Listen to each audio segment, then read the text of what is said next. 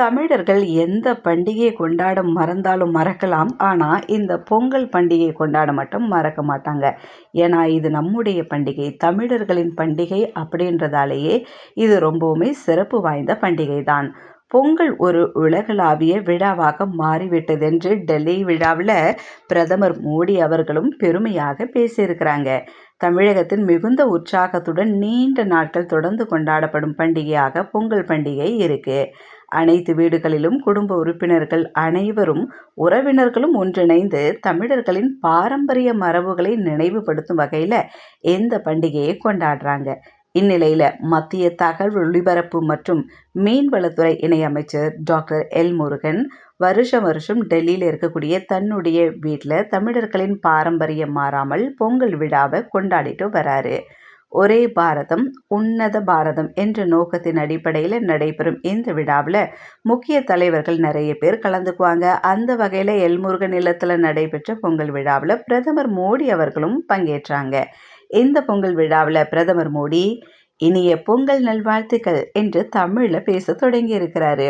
அது மட்டும் இல்லாமல் அவர் என்னென்ன பேசியிருக்காருன்னா, தமிழர் வாழ்வில் விவசாயிகளின் மகத்துவத்தையும் வேளாண்மையை போற்றுவதையும் வெளிப்படுத்தும் சிறப்பான பண்டிகை பொங்கல் பண்டிகை. பொங்கல் பண்டிகையை சர்வதேச விழாவாக கொண்டாடுவது அளவில்லாத மகிழ்ச்சியை அளிக்கிறது. தமிழ் மக்களோடு பொங்கலை கொண்டாடுவதில் எனக்கு மிகுந்த மகிழ்ச்சி அப்படின்ட்டு சொல்லியிருக்கிறாரு. அது மட்டும் இல்லைங்க, தமிழ் கலாச்சாரத்தில் உழவர்களே வாழ்வின் ஆதாரம் என்று போற்றப்படுகிறார்கள். தமிழர் வாழ்வில் விவசாயிகளின் மகத்துவத்தையும் வேளாண்மையை போற்றுவதையும் பிரதிபலிக்கும் பண்டிகை தான் பொங்கல் என்று பொங்கல் பண்டிகை பற்றி சிறப்பாக பேசியிருக்கிறாரு. இன்னைக்கு நம்ம தமிழகத்தில் பாரம்பரியமிக்க இந்த பொங்கல் பண்டிகை வெகு சிறப்பாக கொண்டாடப்பட்டு வருகிறது.